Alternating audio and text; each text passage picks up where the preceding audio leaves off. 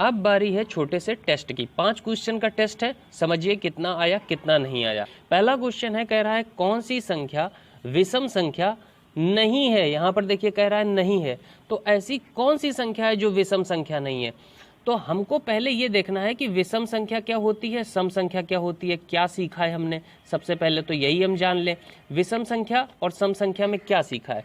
विषम संख्या में हमने ये सीखा है कि जिस भी संख्या के इकाई में 0, 2, 4, 6, 8 ये सब ना आए, ये सब ना आए, वो सभी संख्या कहलाती हैं विषम संख्या। और सम संख्या के बारे में क्या सीखा है, जिस भी संख्या के इकाई में 0, 2, 4, 6, 8 इनमें से कोई भी एक अंक आ जाए वो कहलाती है सम संख्या।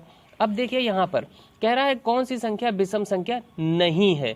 तो देखिए यहाँ पर इकाई में क्या है, 9 लिखा है, 0, 2, 4, 6, 8 इनमें से कोई अंक तो नहीं लिखा है। इसका मतलब ये संख्या कैसी है, ये संख्या विषम संख्या है। ये कैसी संख्या है, ये संख्या विषम संख्या है। ठीक है, यहाँ पर 7 लिखा है, इसका मतलब ये भी कौन सी संख्या है, विषम संख्या है। यहाँ पर 3 लिखा है, इसका मतलब ये कौन सी संख्या है, विषम संख्या है। इसमें 8 लिखा है देखिए, और हमने पढ़ा है कि 0, 2, 4, 6, 8 इनमें से कोई भी एक अंक आता है तो वो तो सम संख्या होती है। इसका मतलब ये कैसी संख्या है, ये सम संख्या है। तो हमसे यही पूछ रहा था कौन सी संख्या विषम संख्या नहीं है, तो हम कहेंगे भैया ये डी वाली जो है ये विषम संख्या नहीं है, ये सम संख्या है। तो ये हमारा आंसर सही माना जाएगा। चलिए अगला क्वेश्चन देखिए, यहाँ पर कह रहा है निम्नलिखित में से कौन सी संख्या सम संख्या नहीं है। अब देखिए यहाँ पर 0 इकाई में लगा है, तो हमने अभी सीखा है कि सम संख्या वो होती है जिसके इकाई में 0, 2, 4, 6, 8 इनमें से कोई भी एक अंक आ जाए तो वो तो कहलाती है सम संख्या। तो इसका पहला अंक है 0, इसका मतलब ये संख्या कोई कैसी संख्या है, सम संख्या है। ठीक है, इसके इकाई में लिखा है 8, इसका मतलब ये कैसी संख्या है, ये भी सम संख्या है। इसके इकाई में देखिए लिखा है 9, इसका मतलब ये कैसी संख्या है, ये विषम संख्या है। क्योंकि हमने क्या सीखा है, हमने ये सीखा है कि अगर इकाई में 0, 2, 4, 6, 8 है तो वो सम है, बाकी सभी कैसी हैं, विषम हैं। तो ये कैसी है, विषम है। ये देखिए यहाँ पर इकाई में 2 लिखा है, तो ये कैसी संख्या है, सम संख्या है।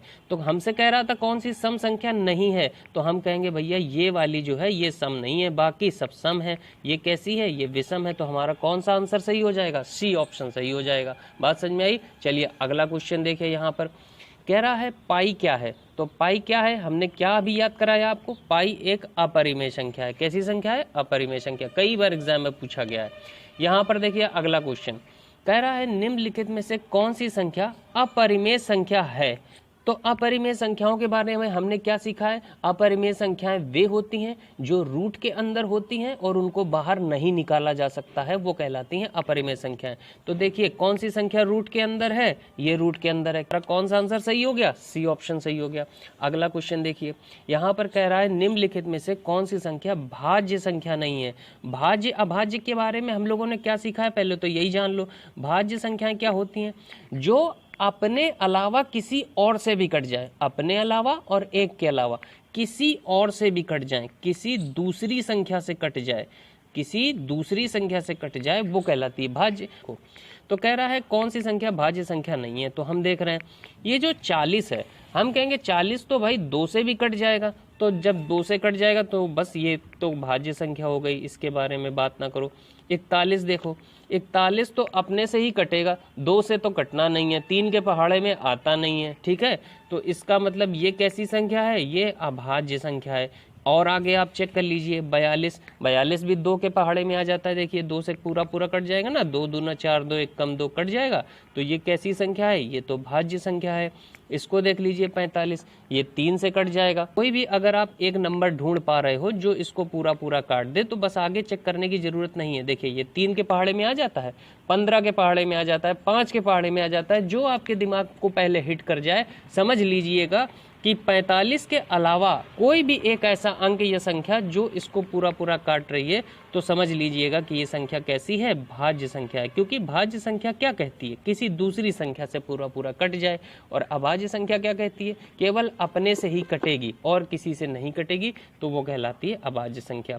तो हमसे क्या कह रहा था, कौन सी संख्या भाज्य संख्या नहीं है, तो हम कहेंगे भाई ये वाली संख्या जो है ये भाज्य नहीं है, ये कैसी है, ये अभाज्य है। तो हमारा कौन सा आंसर सही होगा, बी ऑप्शन सही हो जाएगा।